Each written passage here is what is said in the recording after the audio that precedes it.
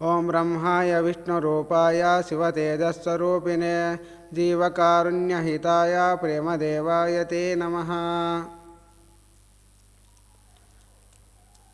బ్రహ్మచారి మహర్షి సద్గురు శ్రీ శ్రీ శ్రీ ప్రేమానంద స్వామి తపోవనము ఆశ్రమము సంస్థాపకులు, సనాతన ధర్మ సమాజము వ్యవస్థాపకులు, బ్రహ్మచారి మహర్షి సద్గురు శ్రీ శ్రీ శ్రీ ప్రేమానంద స్వాముల వారి గురుపాద పద్మములకు సాష్టాంగ నమస్కారములు.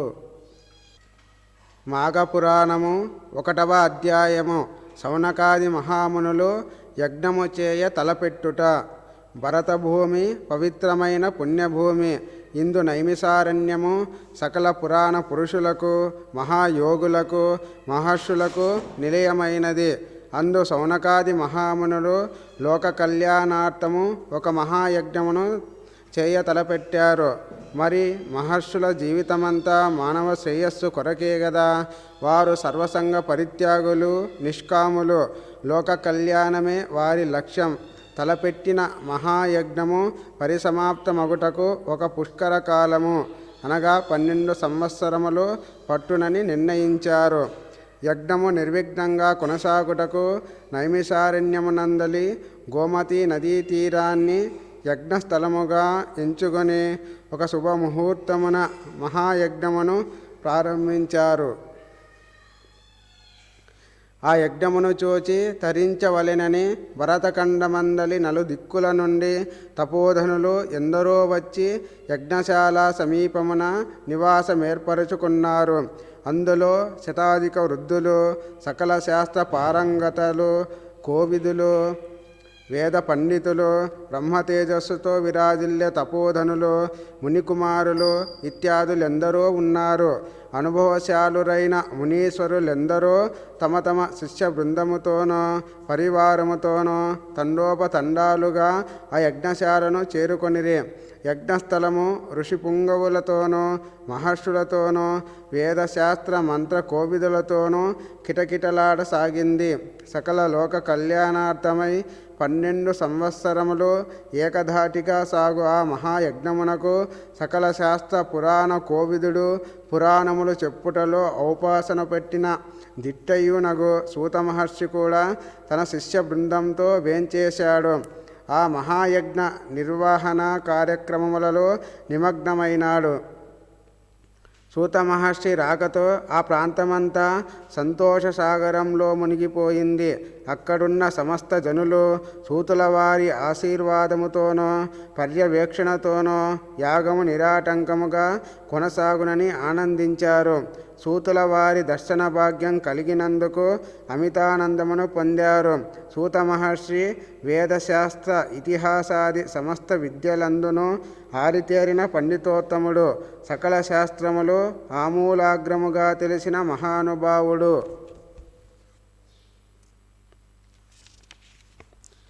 ఇవి అన్నీయూ వారికి కరతలా మలకములే. వారి ముఖవచ్చస్సు నుండి నిత్యము బ్రహ్మతేజస్సు ప్రకాశించుచుండును. ఆయన నిత్య మందస్మిత వదనారవిందుడు. మేలిమి బంగారు పసిడి వర్ణముతో ప్రకాశించు శరీరము కలవాడు. అంతటి బహుముఖ ప్రజ్ఞాశాలి అయిన సూత మహర్షికి అక్కడున్న వారందరూ సాష్టాంగ దండ ప్రణామములు ఆచరించి ఆత్మీయత స్వాగత సత్కారములతో ఆహ్వానించారు. ఆయనను వేనోళ్ళ ప్రశంసించి, స్వామి, బహుముఖ ప్రజ్ఞావేత్తలైన సూత మహర్షి, మీ రాక మాకెల్లరకు ఆనందదాయకమైనది. మీ రాక కోసమే మేమింతవరకు వేచియుంటిమి. పుష్కరకాలము జరుగు ఈ మహాయజ్ఞ విరామ సమయములలో మీ నుండి ఎన్నియో పురాణ గాథలను వినవలెనడి కోరికతో ఉన్నాము. మమ్ములను ఆశీర్వదించి మా అభీష్టం నెరవేర్చండి అని మునిపుంగవులందరూ ముక్తకంఠంతో వేడుకొన్నారు. సూత మహర్షియు శౌనకాది మునుల కోరికను గ్రహించి, జనులారా, లోక కళ్యాణార్థము ఇంతటి మహాయజ్ఞమును తలపెట్టుట నాకెంతయో ఆనందానుభూతులను కలుగజేయుచున్నది. మీరు చేస్తున్న ఈ మహాయజ్ఞ పుణ్యకార్యం ఎంతయో శ్లాఘనీయమైనది. పైగా యజ్ఞ విరామ సమయములలో నా నుండి మీరు పురాణ గాథలను వినవలెనని కోరిక మిక్కిలి అభినందనీయము. పుణ్యకార్యములందు పురాణ ప్రవచనములను చేయుట మిక్కిలి పుణ్యదాయకము. మిమ్ములనందరను నా శక్తి కొలది పురాణ ప్రవచనములను చేసి తృప్తిపరచగలను. అదియే నా విద్యుక్త ధర్మము. కావున తప్పక మీ కోరిక నెరవేరుస్తాను అని సెలవిచ్చారు. సంతోషించిన శౌనకాది మునులందరూ సూత మహర్షిని అర్ఘ్యపాదాదులతో పూజించి తగు రీతిని సత్కరించి ఉచితాసనముపై ఆసీనులను గావించి బహుముఖ ప్రజ్ఞాశాలి పురాణ పండితోత్తమ సూత మహర్షి మున్నెన్నియో మాకు తెలియని పురాణ గాథలను చెప్పి మమ్మానందింపజేయి ఉన్నారు. మీ ద్వారా మేమనేక ఇతిహాస రహస్యములను అందలి సారమును గ్రహించితిమి. వీలైనప్పుడల్లా మీరు మాకు నీతి శాస్త్రమును బోధించుచునే ఉన్నారు. అయినను ఇది ఒక అంతులేని సముద్రం వంటిది. మీరు సమస్త లోకాలందును సంచరించుతూనే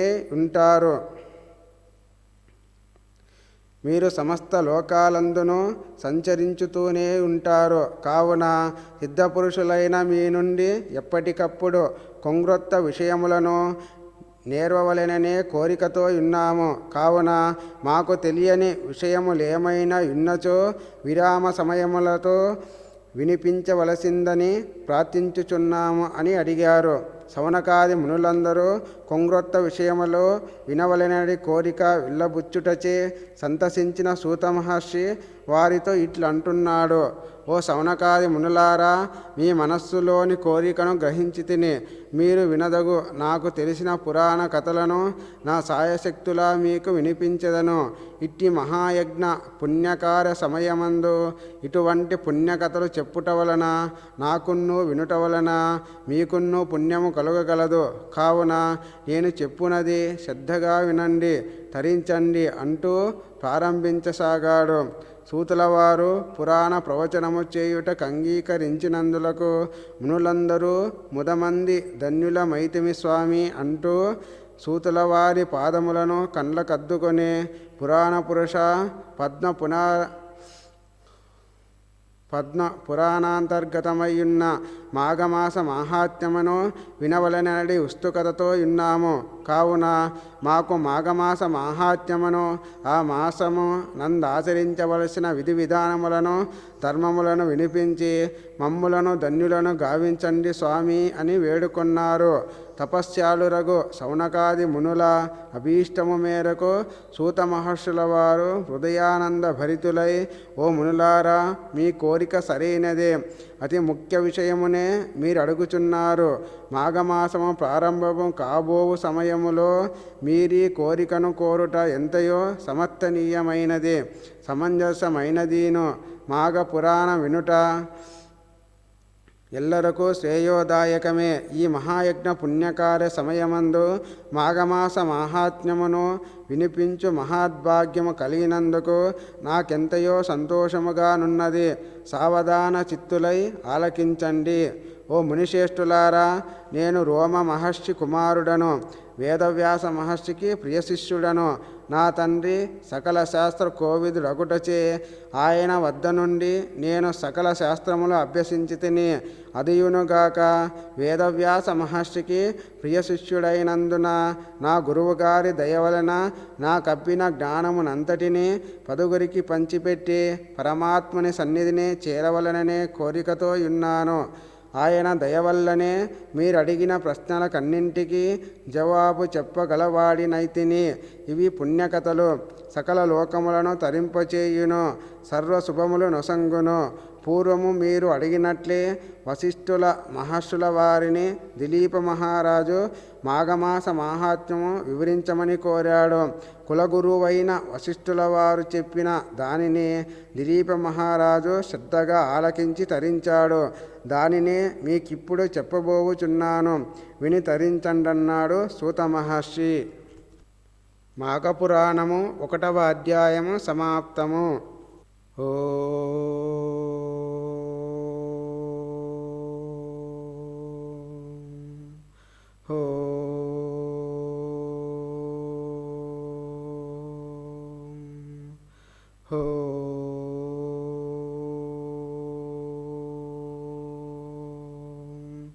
ఓం సహనా భవతు సహనో భునక్తు సహ వీర్యం కరవావహై తేజస్వినావధీతమస్తు మా విద్విషావహై. ఓం శాంతి శాంతి శాంతి.